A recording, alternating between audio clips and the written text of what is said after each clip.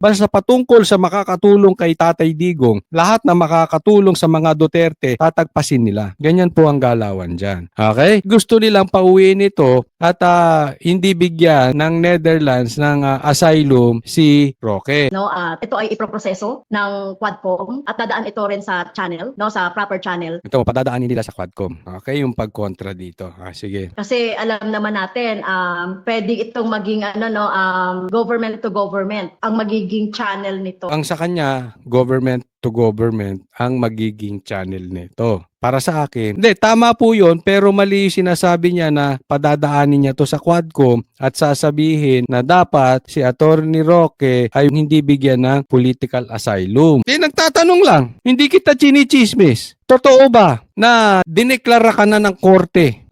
Convicted, declared as child abuser. Totoo ba? Hiyang-hiya naman ako sa'yo, napakalinis mo.